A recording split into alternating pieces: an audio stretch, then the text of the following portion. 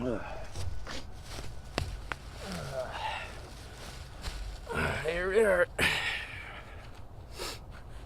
Something blue, something bought, something borrowed. No, I think it's something borrowed, something bought, something bought, something borrowed, something blue, something new, I believe. Something bought, something borrowed. I don't know. I've been trying to remember this. I've been trying to remember that one all day. And, well, I can't. But I think it's something along the lines, it's a good luck ritual for weddings. I'm not necessarily saying this is a wedding or whatnot, but you need 4 things for luck. And today is going to be, well, it's an old idea I had that I constructed from some borrowed ideas. And, well, that's going to be today's topic. But first, and we'll get into that. But I want to do some housekeeping first. I wanted to address my last podcast, or my last discussion. And, well, I didn't want it to come off as if I was the only one saying that we all should be speaking and that we all need to create communities, because,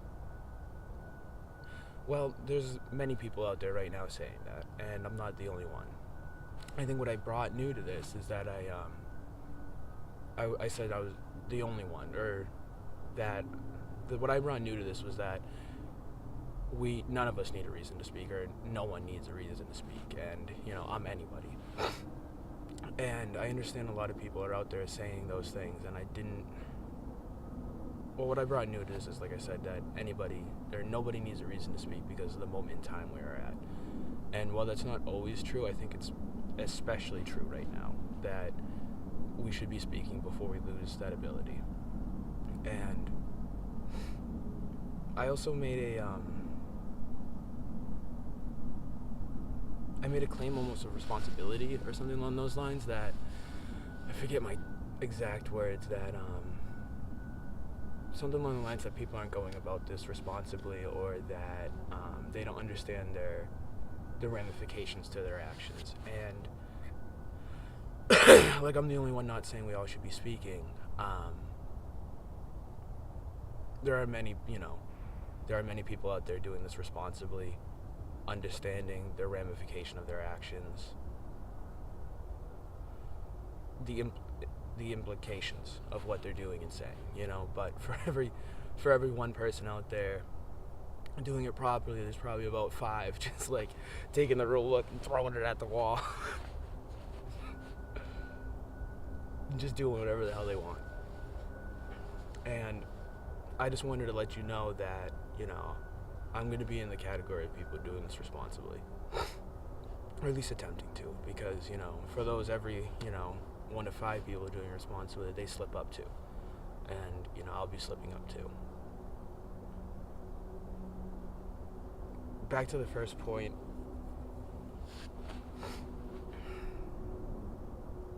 I didn't make it quite right. Yes, I'm not the only one saying we need to create communities, and that we should all be standing. And I'm not even the only one saying that my actions here should be an invitation. All I was trying to say is that, well, anyone should be speaking, and I'm anybody. And my actions here are invitations to those who are not speaking and speaking.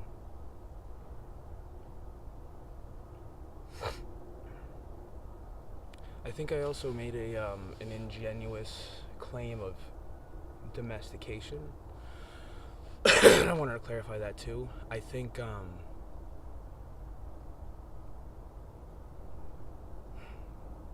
again, similarly, my point, like, I guess there is a fisherman out there somewhere that's made a fishing rod and gone fishing, but for every one guy that does that, there's thousands and thousands of stores, not even people, but stores, for you to buy your way out of that. You, the viewer, when was the last time you collected plants to make a stew?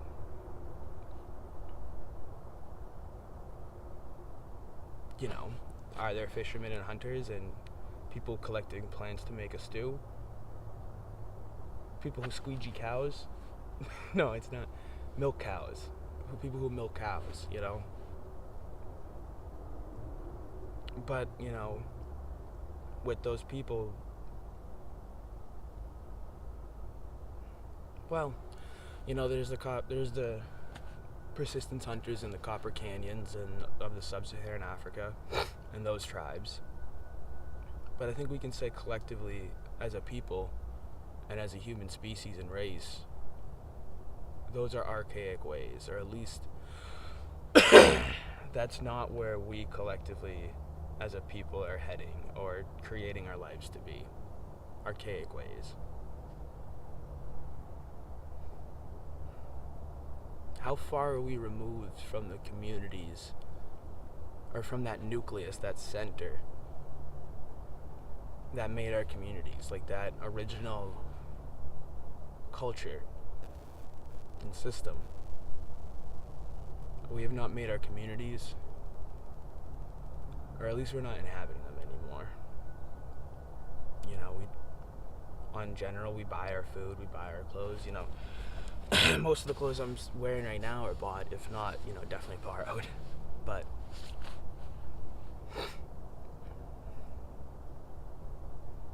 I know we're all not, or I know all of us are not engaged in this pushed system, but many of us are.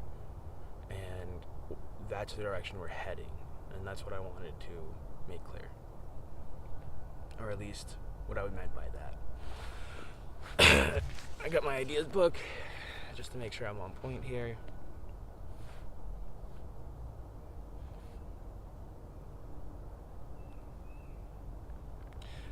And I just also, I guess I wanted to make it clear that I'm not, you know, even if it came off that I was like saying I'm doing this the wisest or the most responsible and all that, I've already made those points, but, you know, and I'll be self-critical to an unhealthy degree and doing all those things, but, you know, I just wanted, well, I wanted this to be an intellectual space among many things, but I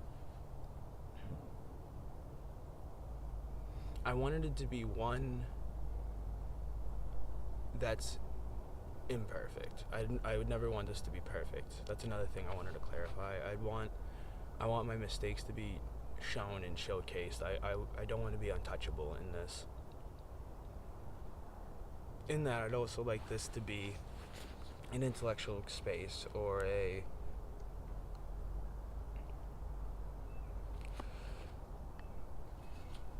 I'd like this to be an intellectual space of, well, creating a visceral, because yes, everybody inspects the reality around them and whatnot, and questions, but, you know, I want this to be a visceral, participatory thing between the two of us, where we're inspecting the actual qualities of reality and what's around us. Like, you know, we don't question that very often, and I'd like this to be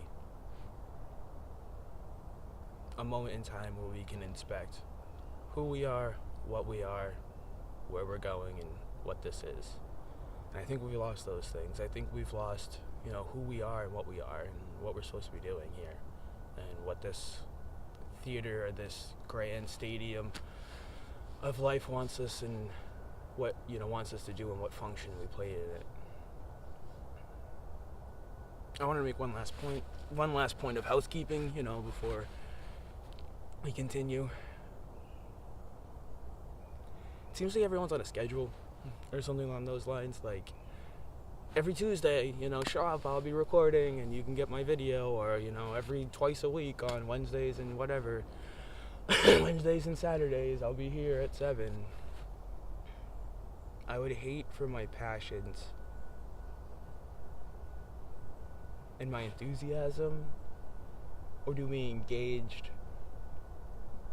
by my passions and, you know, enthusiasm with a clock, or my time dictated by a clock, or rather my passions be dictated by a clock. I'd rather my time and my clock is going to be my passions. So When I have something to say, I'll sit here and I'll say it. But there's going to be no consistency, at least as of now. Do I do every day? If that's what my passion dictates, but I like my ideas to marinate a bit. So when I have something meaningful to say, I wouldn't want to take anybody's time up, space and time up for meaninglessness. So usually when I'm here, I have something meaningful to say. And I think with that,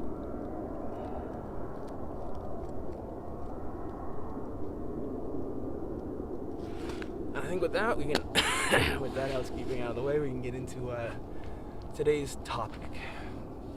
And this is also one I brought up in my first podcast. This is an idea I wanted to flesh out. And I'm not made of content. So this is going to be a one-offer, so if I popped off all the videos I intend to make or could make, I'll have 10 excellent videos, but 11 subscribers. So I need some one-offers here to fill the void. So today it's going to be something borrowed and old. Borrowed and old. A neurocognitive argument for our pervasive nihilism. What do I mean by that? Neurocognitive. So neuron is the cells that make up our brains.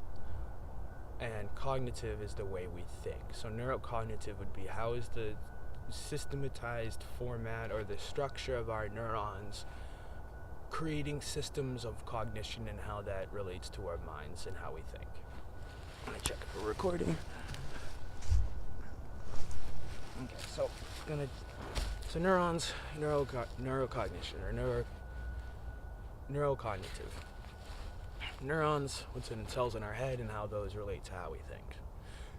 Nihilism, hopelessness, or a meaning for emptiness, hollowness, meaningless, hopelessness, an undefined direction.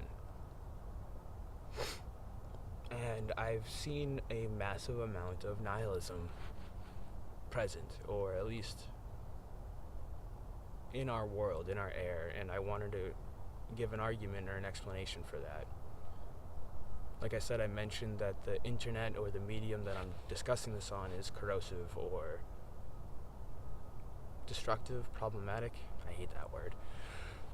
But, and I think there's a neurocognitive argument there for what's present, the nihilism. So let's unpack it.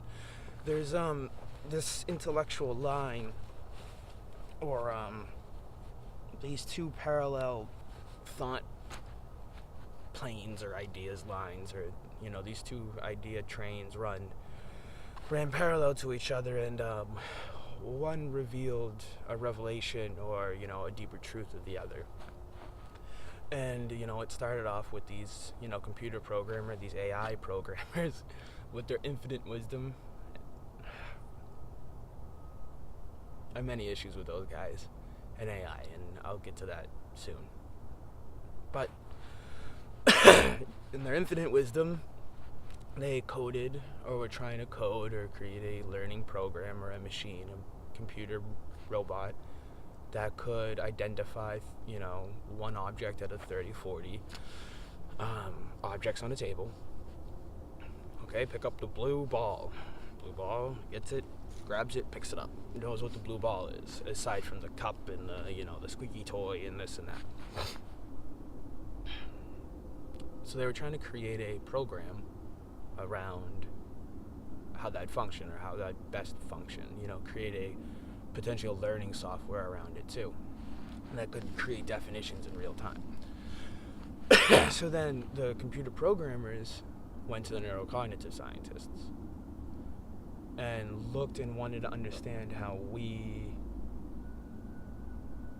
take this endless mass of matter in front of us. Because really, beyond definitions, it's a continuum. There's no defined object necessarily. It's just an endless plane in front of us. So these computer scientists went to the neurocognitive scientists and wanted to understand how we break this endless mass of matter categorically down into objects, and then how we create a reality and meaning from that. So, the neurocognitive scientists gave the agreed upon information, or the agreed upon way we categorize objects. And it was thought that we categorize or break up definitionally this mass of matter visually, by profile and shape, size, color, texture. So a stick is a stick because it's long, it's brown, it's got like a wood grain to it, certain weight, it's got the shape and profile of it. Similarly, like a chair has 4 legs, a back to it. Maybe there's spindles or whatever in the back of the chair. It's brown. Let's take a cup. A cup is an open object, you know what I mean? It has a certain profile at an angle. It has a taper to it, the top of it's big and open. Or let's take like a wooden block. I don't know why this is out here, but a wooden block, it's cube, or this is more of a rectangular block, so it's, it's the same on 2 sides and the rest on the 4 sides, and one edge is wider than the other, and then whatnot. Or trying to think here. This is a bad example, but I'll use this one. These will be 2 bad examples, because it's kind of hard to make the difference between these, but say like a phone case. Like a phone case, it has a shape of a phone case, it's got these lips right here, and it's got maybe some holes for ports and whatnot, and it has maybe it's made of a certain thing. All visual attributes. I'm trying to think what's another good example? So what? A ball, it's a circle at all profiles, you know what I mean? It's a spherical object, whatever. So what these computer programmers did, they took that information, they started to create models and programs around that. How are we doing? Good. So they created programs around that about how okay, so we made our models and our programs, and now we're trying to run it. And they ran into some problems. Quite a bit of them, actually. I think it was either when they couldn't get the computer to do it, or when they loaded it, the computer wasn't able to make use of the systems or whatever that they designed, but they couldn't do it. And basically the short answer, the short example, or the reason for this is that it's way too much information. Coding for stuff or breaking stuff categorically down on a visual attribute is, cumbersome, it's inefficient, and it's not very dynamic to be able to learn from. And so what's and this is, I guess, where it gets down to, what's the difference of so we'll take a cup. This is where this is really where the issues broke down. Take a cup. Say there's there's a few cups on the table, and you got one cup, and it's just a circle on the bottom, and it goes up. It's just a normal cup, it's wider at the top, thinner at the bottom. What happens when there's that same cup or a different cup with a curvedness to it, you know what I mean? It kind of bows out. Is that still a cup? Is that a cup from the same angle? If we're only coding visually, a cup has a certain profile, does it fit that profile? Same, okay, the difference between a blue rectangular cube and a blue cube. Okay, so blue's easy. Blue's a slice of the electromagnetic spectrum. We got that. But like, okay, so then the amount of information to say, like, okay, so a rectangular cube is, it's got two sides the same, and then the four sides are not the same, those edges are longer, blah, blah, blah. Like, the thing is, though, this rectangular cube could look like a cube from this profile. So how does it code to know? Like, okay, so then I see it at this angle, maybe I switch this angle, and then because of that profile, it registers as a rectangular cube. But again, there's just far, and even beyond that, like, there's far too much visual information. Like, I wouldn't even begin to know how to tell a computer or code the concept of a slinky into a computer. Like, what, and like, metal, endless spiral, silver, shiny thing, like,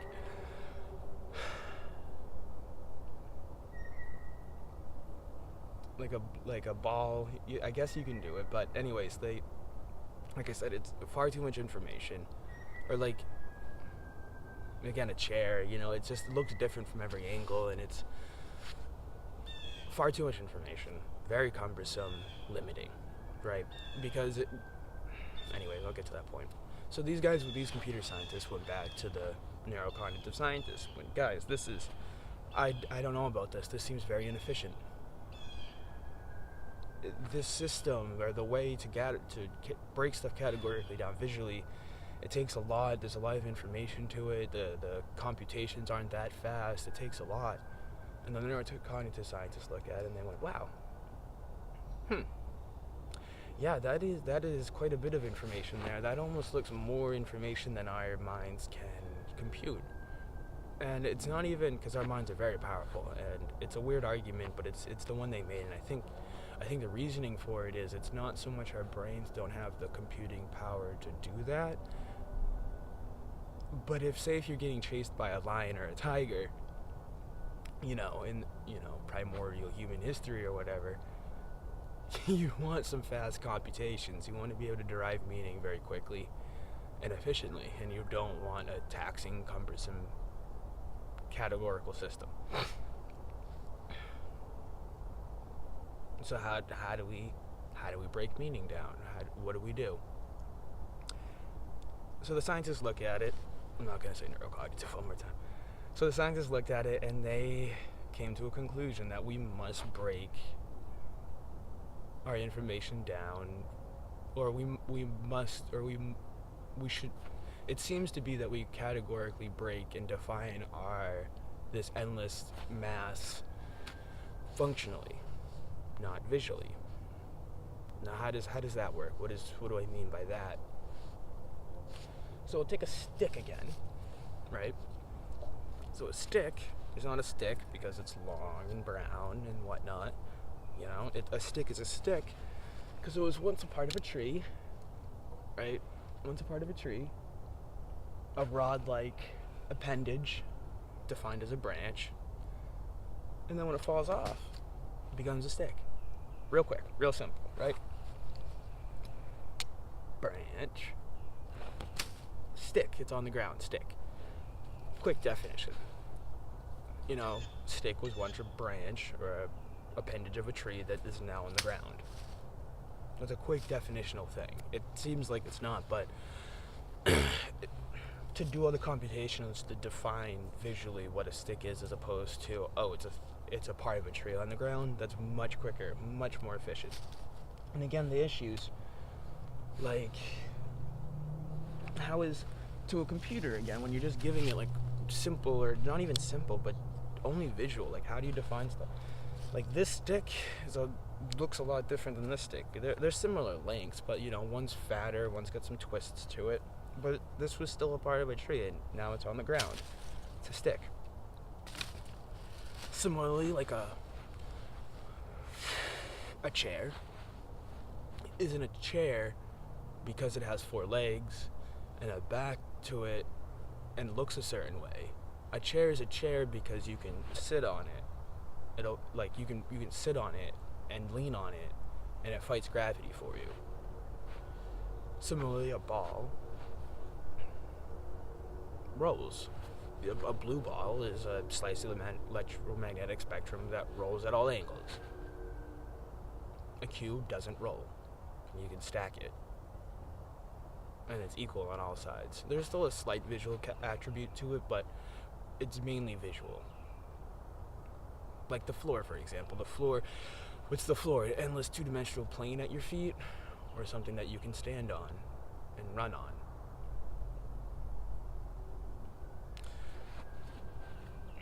You know, I'm trying to think of any other examples. Again, we'll use the bad one, the phone case.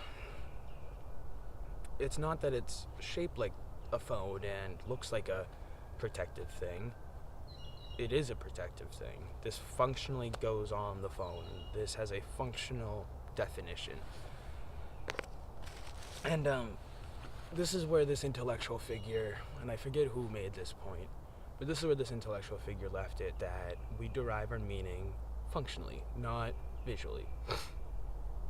And that's very significant. That's a huge revelation, or at least a twist in the way I perceive things. And, you know, it brings a lot of wisdom and information to it. But this is where I was thinking. So if we derive meaning functionally,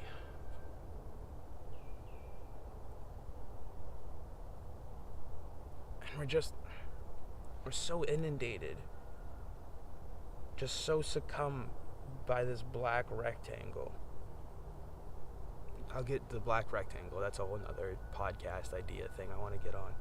But the black rectangle, the internet, our phones, you were so inundated with the technological realm. You know, soaked is our culture and world with this stuff. Like endless amounts of smartphones, tablets, TVs, screens. We as a people now inhabit, or the majority of our time we inhabit, an electronic world, an unphysical one, what's the internet? The internet is endless two-dimensional planes. There's no three-dimensional embodiment of anything. There's no physicality to it. No functional meaning in a way, and I'll get to that. But my idea is that, well, we can't derive functional meaning from this space, and it leaves us with much nihilism. Let me explain further. Say, I'm trying to think where I want to go with this.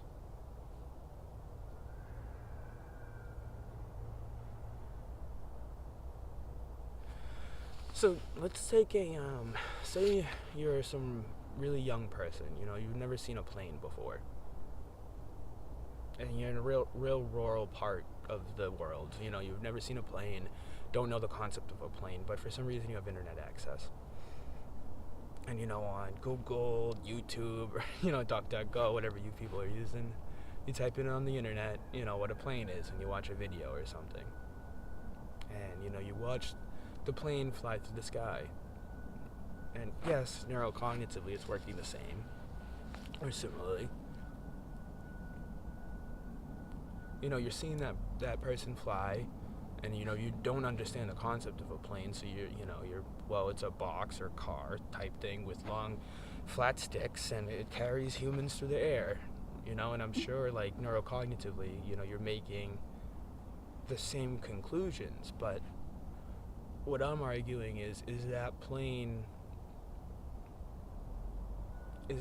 flying through the sky and carrying people? Or is it flying to the sky in your own mind, carrying the internal concepts of people? Or flying to the internal concept of sky?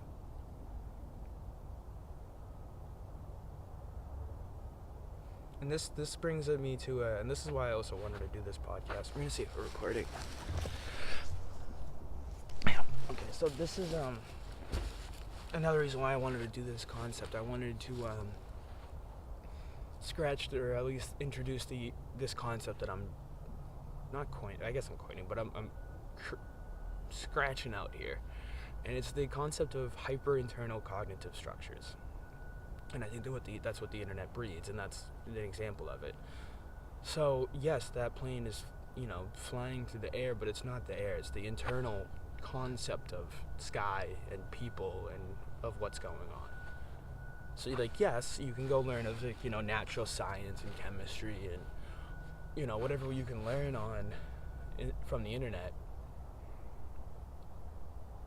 But are you dealing with the actual embodied functionality of the world, or are you creating concepts and definitional categories and trying to get information from an undefined space, or those concepts are only being created from inside your own head? Similarly, I guess, say if you saw a ball fall off a table on the internet, is it actually falling off the table? Of course it is, but it's only falling off the table inside your own mind, and it's only dealing with gravity, or the concept of gravity. There's no map physicality to it. Say for example, and this is going to lead me into a concept here that might help make this a little bit more fleshed out. Say you're talking to your friend, your cousin, your lover, partner, parent, father, mother, stranger. You're talking to somebody, right? Now, granted, we know perceptually or metaphysically that that conversation for both of you is happening in your respective skulls, right? So everything we take in, all the information and all of the sensory data and everything we take in, right? So for example, that phone right there that's recording me, that phone is not out exterior to me. That is information being taken into my mind, being constructed into a built reality that I'm inhabiting, and that's all happening inside my own head, and that's true for everybody. So when you're talking to this person, significant person, you're having a conversation with them. Yes, for the both of you, that conversation is happening in your respective minds. There's not much interplay or whatever. But at least that's mapped to a physical, concrete reality shared between the two of you.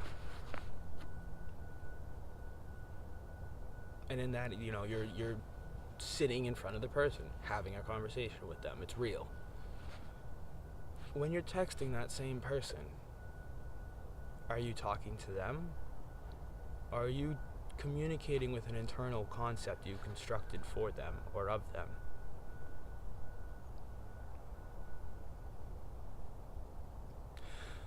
I think an easier way, and I didn't want to get into this part of it, but because this will come later, but there's a embodied visceral functionality to how we derive meaning. You know what I mean? It's written within the neuromuscular systems that we have. It's not only written in the neurons of the mind, it's the whole body. So for example, the ground, right? I'm sitting on the ground because I can feel it. It's in my legs, it's in my back. I can feel it on. It's not only being computed with in the concepts of the mind. I can feel the ground. I know it's the ground because I can feel it supporting me. Same thing with a cliff. A cliff is defined as a ground that has an edge you can significantly fall off of. That's a real consequence. That's for my body. And those things are those are written out through the neuromuscular system of the body. So take the plane for example. If you see a plane flying through the air, it's mapped out in the space and in the relationship to you. It has an essence or something like that. And I think that's so when you're watching it on the computer, It's only the internal concepts, and it's only being computed of the mind. It's not being computed through the rest of the body, and they're internal concepts. So rather than being written out in reality and written out in this exterior world and the interplay between our internal world and the concrete reality, it's only being created inside and of the mind, and inside of it.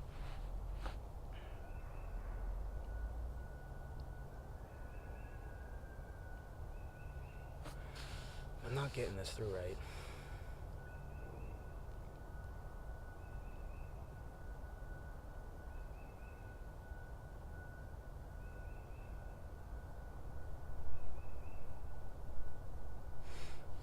I guess what I'm trying to say is when you interact with nature,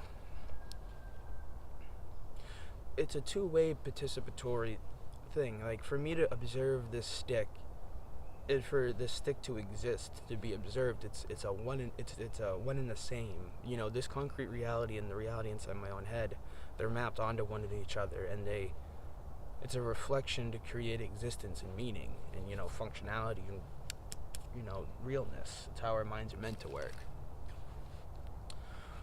When you're only looking at the rectangle, it's a mirror to only inside your head and only inside your internal concepts. It's creating a holographic reflection only of you.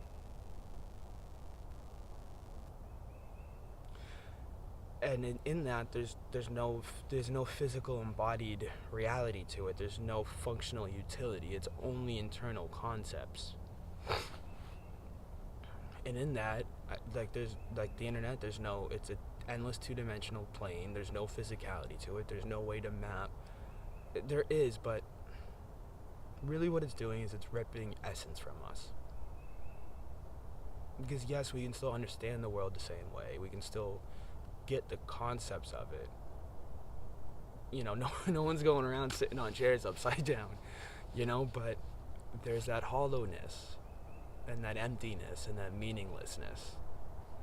And I think it's because if our minds are always inhabiting an in-physical world, or a holographic, like a hyper-internal cognitive structure, a structure only created of your own mind's concepts, and it's not mapped to external reality and onto the essence of things. And I'll get into that point too, because that's a concept. But if your world isn't mapped out to this physicality, and your realities are only created inside your own mind, can you derive functional meaning from it? Can you derive any meaning from it? And I think that's at least where and how we got to this place. You know, if everybody, or at least 80% of the populace is spending 80% of their time on a freaking black rectangle, or 60% or 50, whatever the number is, and we are meant to continuously be living in these real embodied realities, mapping meaning out functionally to our utility or utilitized world, or to make utility of our meaning in a physical world. You can't do that process, and you can't functionally do that in a digital matterless world. You can't do it in an electronic space, one that our minds are continuously inhabiting these days. So that was just a one-off idea. That's just one-off idea I had. That was it's not even an example, or not even an explanation of what they're necessarily purposely doing, but it was just a argument, or at least just a foot in the door to how this format affects us fundamentally. So it's not even necessarily the electromagnetic frequencies coming off your phone, or this or that. Just fundamentally, the structures it creates in our minds, I believe, are, destructive, corrosive, and I wanted to flesh some of those points out.